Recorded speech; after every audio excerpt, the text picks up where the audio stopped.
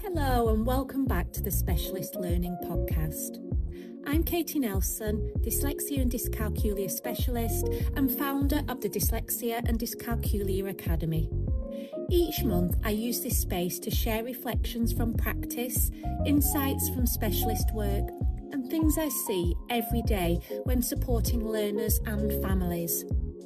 The aim is always to give you something practical to think about, something that really helps you understand dyslexia and dyscalculia more deeply, and something that you can take straight into your own practice or home life. So, wherever you're listening from today, whether you're driving, having a cup of tea, or just taking that quiet moment, I'm really glad you're here. I want to start today with something that I see often. A learner solves a multi-step fraction problem accurately 1 week. Picture this. The following week they freeze on something that's very similar. Same learner, same ability, completely different access. And this is where maths anxiety becomes so important to understand. Today, I want to talk about maths anxiety in a really practical way. The theme this month is something I say a lot in sessions, regulating before calculating. Because what I see again and again is that maths anxiety isn't really about just numbers. It's about what numbers have come to represent for that learner. For many children, and many adults too, may I add, maths has become linked with speed, comparison and exposure. Being asked for an answer quickly.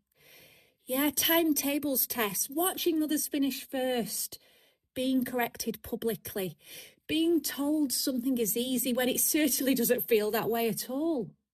And over time, the brain begins to associate maths with threat. Not dramatic danger, but threat to competence, threat to identity, threat to actually feeling capable. Once the nervous system turns into that protection mode, everything can just narrow right down. Working memory reduces, processing slows down, access to knowledge becomes inconsistent. And that's why a learner can demonstrate understanding one day and appear to have totally lost all understanding the next. It isn't necessarily that they've forgotten, it's that anxiety that's interfering with the access. So, what does this actually look like in a tutoring session and what can we do differently? One of the things I pay attention to is pace. So by this, not necessarily curriculum pace, but emotional pace. If I'm talking quickly, for example, if I'm moving quickly, if I'm firing questions quickly, their nervous system mirrors that. So sometimes I deliberately really slow my voice. I'll say, okay, we're going to think this through carefully. I'll build in silence. And I'll say, I'm giving you thinking time. That small adjustment changes the atmosphere completely. It removes the sense of being under pressure to perform. Another change is removing speed from the definition of success. So instead of praising quick answers, oh, you were really quick there with that, instead, I tend to try and praise careful thinking. So I might say things like, oh, I like how you checked that. Or I can see you really thinking that through carefully. So many anxious learners believe fast equals clever. I'm not sure where this comes from really, but when I talk to my learners, they say that they feel that if they're not fast with their answers, they feel that they're not very good at maths. And we have to try to actively dismantle that belief. I also keep concrete resources available for longer than people might expect. This is really important, having that concrete resource. Even if a learner can technically solve something abstractly, having base 10 blocks or a number line on the table creates that safety. And I'll say you can use the blocks if you want to. I'm not forcing that support, I'm just making it visible.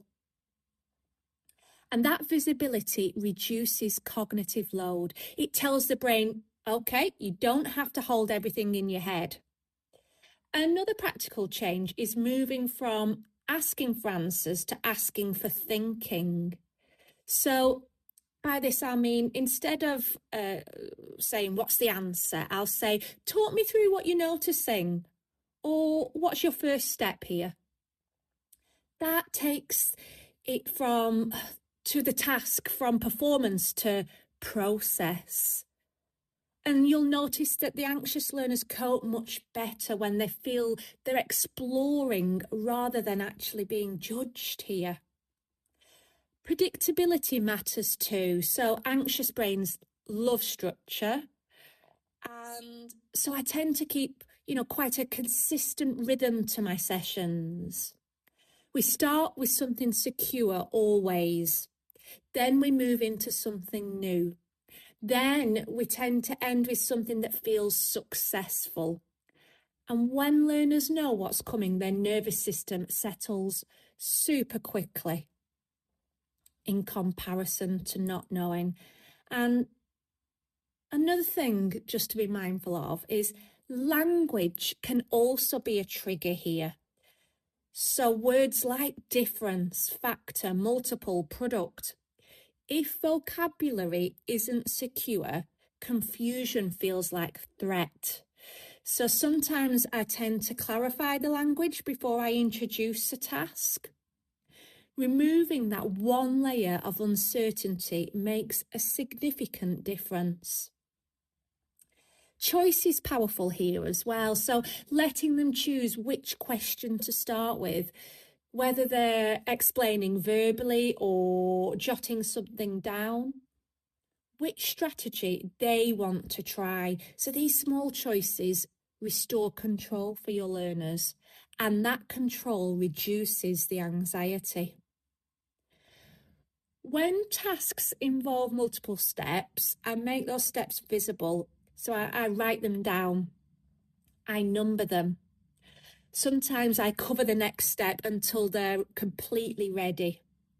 Because anxiety narrows working memory, so expecting everything to be held internally for your learners can overwhelm them pretty quickly. And then there's the identity piece I wanted to just talk about today. So listen carefully to how learners describe themselves. They may say, I'm just bad at maths. I'm not a maths person. I've never been good at this. And that narrative is particularly powerful. So I gently try to reframe. You haven't understood this yet, for example, or this is something we're building. I never dismiss their feelings, but I don't reinforce the fixed story either. Sometimes regulation is a little more literal. So we pause. We take a breath. We stretch. We stand up for 30 seconds. It's not wasted time. That is actually restoring access. A regulated brain can reason. Please remember that. And an anxious brain really does struggle too. It's also important how we interpret behaviour. If a learner rushes, guesses, refuses, starts to say they feel sick when you start the math session, that is not laziness. It's a nervous system response. And if we respond by increasing the pressure, we strengthen that anxiety cycle.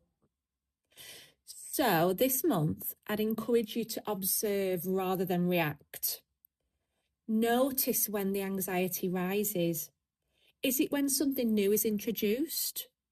when you remove that scaffolding, when independence is expected, or when speed creeps in. Often the trigger is pretty predictable. And when we recognise the pattern, we can adjust the environment before anxiety escalates. Because specialist practice isn't just about delivering content. It's about actually shaping the emotional conditions in which that content is received for our learners. So I did just want to think a little bit about what regulating before calculating actually looks like. So it looks like slowing down the pace of your sessions, removing speed from success, making thinking visible and restoring small elements of control, and then gently rebuilding identity. When maths feels safe for our learners, curiosity returns. When curiosity returns, number sense develops. When number sense develops, confidence grows. And of course, that's what we want for our learners. But when maths feels threatening, no amount of extra work will fix it if we don't target it in the right way. If today's episode resonated with you, the free resource inside the Tutor Vault this month is the Maths Feelings Snapshot. It's a simple, low-pressure reflection tool designed to help learners pause and notice how maths feels before a task begins. So it's not to analyse, not to fix. It's there for us to acknowledge. Because when feelings become visible and nameable, they become less overwhelming. You can download the Maths Feeling Snapshot inside the Tutor Vault and start using it straight away in sessions or at home. It works particularly well with learners who freeze, rush, or avoid, or describe themselves as not a very good maths person. And as always, inside the Academy's professional development pathway, we explore this regulation-first approach in much greater depth. Thank you so much for spending this time with me today. I hope it's given you something practical to reflect on in your own practice or at home. If you're listening on Spotify or another podcast platform, make sure you check the session notes where you'll find the supporting resource linked to this episode. And if you're listening inside the Tutor Vault, you'll know that alongside each podcast episode, you can access a growing library of specialist tools designed to support learners with dyslexia and dyscalculia. If you're not inside the Tutor Vault yet and you'd like access to those resources, you can head over to www.dyslexia-academy.com. Thank you again for being here. Until next time, take care and keep supporting learning with understanding.